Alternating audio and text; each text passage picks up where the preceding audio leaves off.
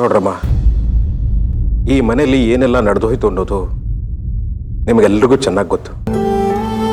ಸಂತೋಷದಿಂದಿದ್ದ ಅಶೋಕನ ಸಂಸಾರ ಚಿದ್ರ ಆಗೋಯ್ತು. ಯಾರು ಕಟ್ಕಂಡು ಬಿತ್ತೋ ಏನು ಕತೆನೋ. ಅವ್ರ ಸಂಸಾರದಲ್ಲಿ ನಗುನೇ ಇಲ್ಲ.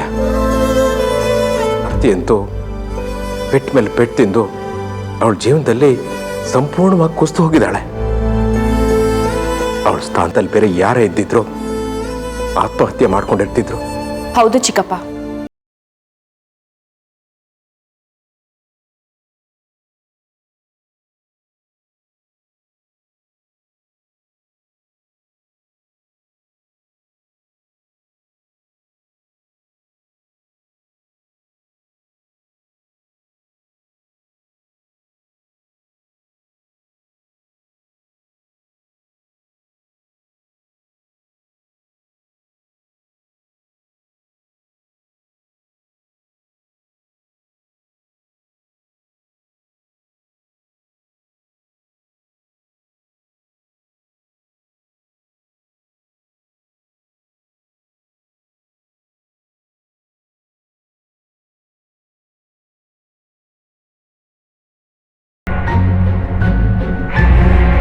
ಕ್ರಮೇಣವಾಗಿ ಆರ್ತಿ ಹಳೆದನ್ನೆಲ್ಲ ಮರಿಬೇಕು.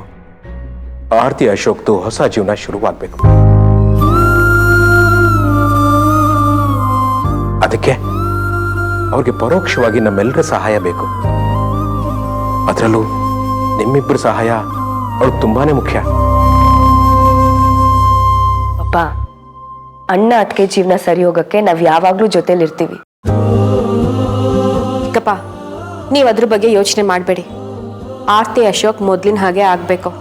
ಆ ಥರ ಮಾಡೋ ಜವಾಬ್ದಾರಿ ನಮ್ದು. ಅಣ್ಣ ಅದಕ್ಕೆ ಇಬ್ರು ಜೋಡಿ ಹಕ್ಕಿಗಳಾಗೆ ಹಾರಾಡಬೇಕು. ಅದೇ ನನ್ನ ಮುಂದಿನ ಗುರಿ. ನಿಮ್ಮಿಬ್ಬರ ಮಾತು ಕೇಳಿ ನನಗೆ ತುಂಬಾ ಖುಷಿ ಆಗ್ತಿದೆ ಮಕ್ಕಳ.